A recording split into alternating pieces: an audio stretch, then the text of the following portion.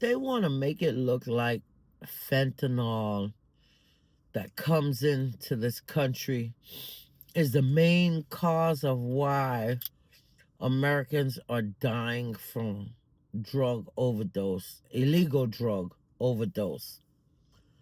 There's not enough fentanyl that comes through. I don't care where it comes from and how much comes.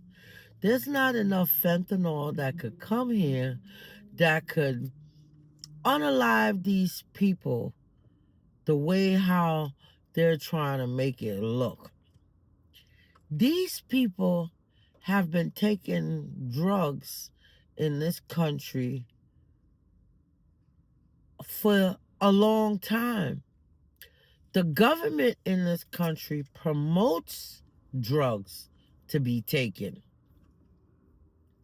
So when they're going now trying to blame it on fentanyl, and fentanyl is coming into the country and this is what's causing our drug addiction, that's a lie. That's so far from the goddamn truth. Oxycodone was one of the biggest killers here of these people who were drug addicts. And a lot of these people who were taking oxycodone got addicted to oxycodone because of the hospitals, because of their doctors.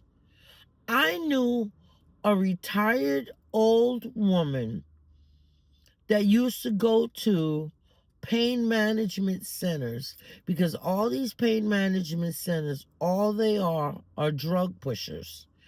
And they keep a safe. I'm talking about a real safe in their office because if they don't have a safe, they cannot run and operate an office. Like almost like a bank type safe in their office, locked away with all these drugs, these addictive drugs.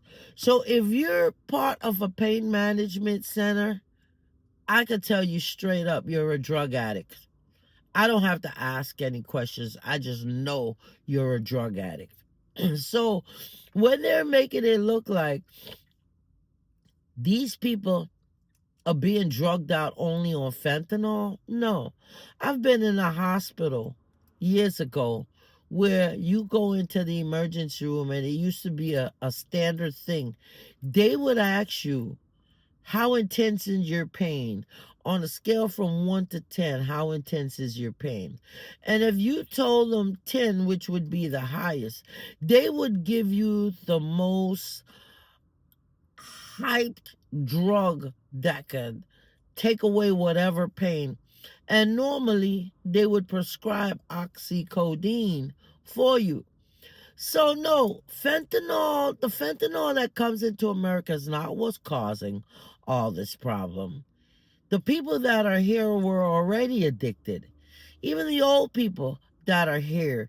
If you go to their house, anybody that's 65 and older, and you look on their counter, if they have more than 20 drugs that they're taking on a daily basis too. So what do you think happens when all these drugs that you're taking on a daily basis start to mix with each other? They create other drugs and create other problems for you. So don't let me start to talk about drugs and America. America even has facilities that you can go to and they give you the drugs because controlled substances, you can't get controlled substances unless you get a prescription, especially if you're on certain types of drugs that you can't just wean yourself off like that, right?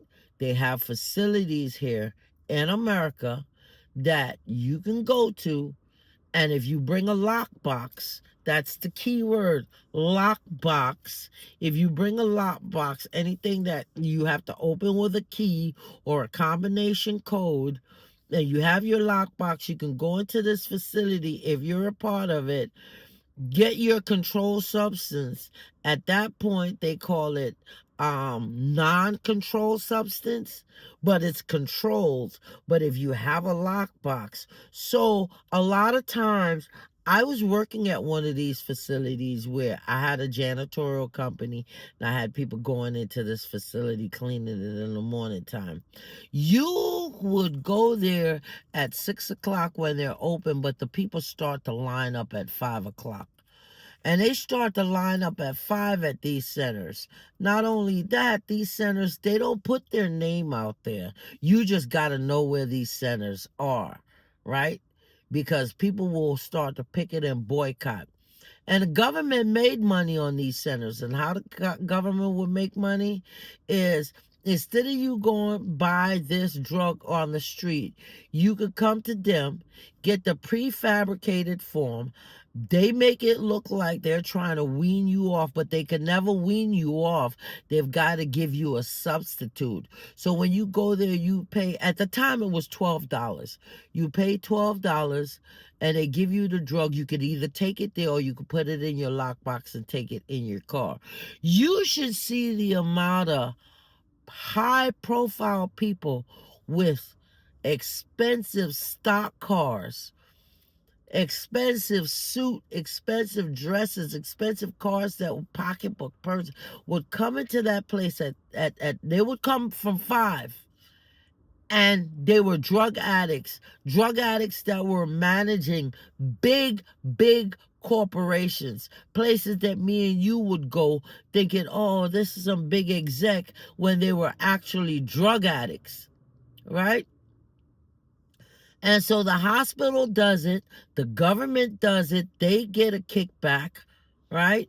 And call it, oh, once it's in your lockbox, it's not controlled anymore. So they do it according to how they feel to make the profits.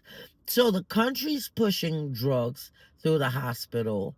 The pain management centers are pushing drugs, and the government is pushing drugs because they have centers all over that give you the prefabricated form of your drug and tell you, oh, we're weaning you off, when they know goddamn well that you could never be weaned off of these drugs. Never in a lifetime.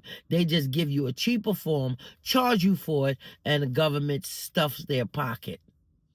Like Sheer Fowler, tell me what you think. I'm so angry that they would try to make it look like fentanyl is the number one killer, or the people who are bringing fentanyl here from out of other countries is the reason why Americans are addicted. That's bullshit.